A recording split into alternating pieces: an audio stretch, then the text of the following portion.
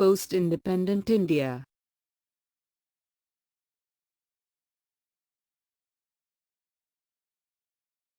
August 15th, 1947 was a day of trouble as well as joy for India.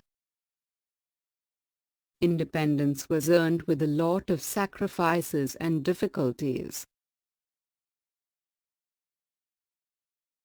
Partition of the country had also created a lot of problems.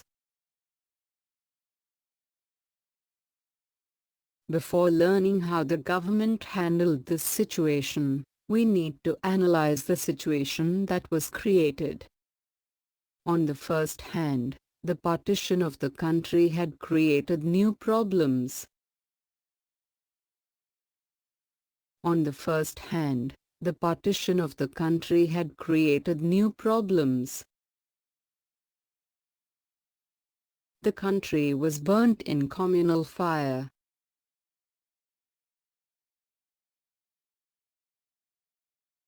Millions of people from both the countries tried to choose their future in both the countries.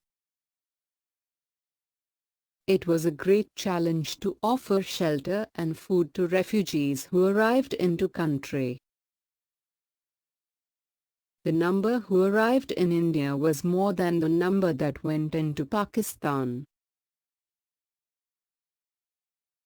Secondly, the integration of princely states into the federal structure of India was a bigger problem. There were 562 princely states in India by then.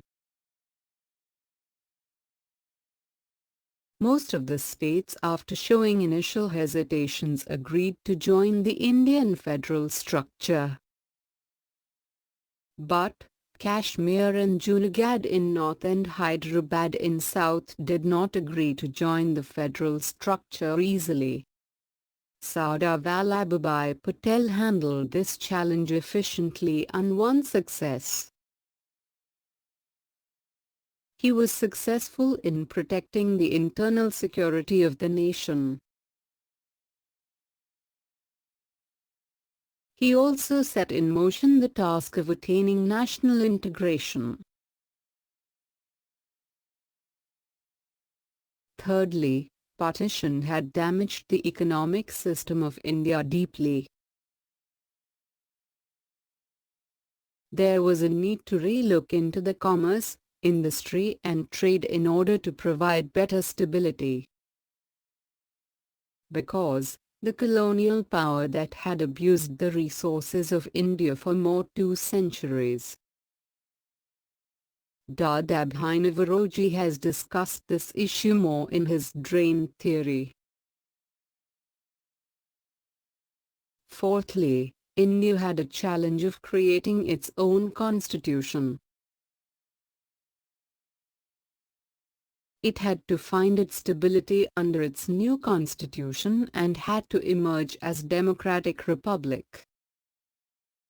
Under the chairmanship of Dr. B. R. Ambedkar, the Constitutional Drafting Committee gave India a draft constitution.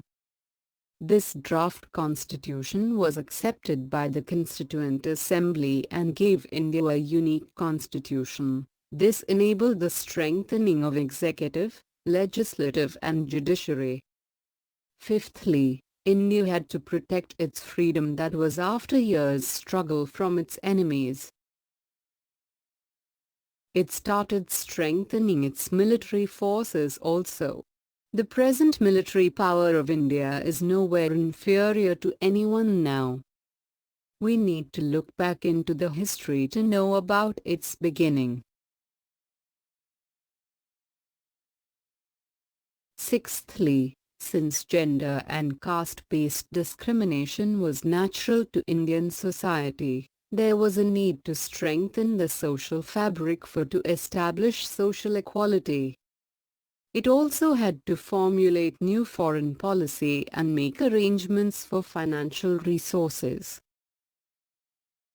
India successfully faced all these challenges and emerged as the largest democratic country of the world.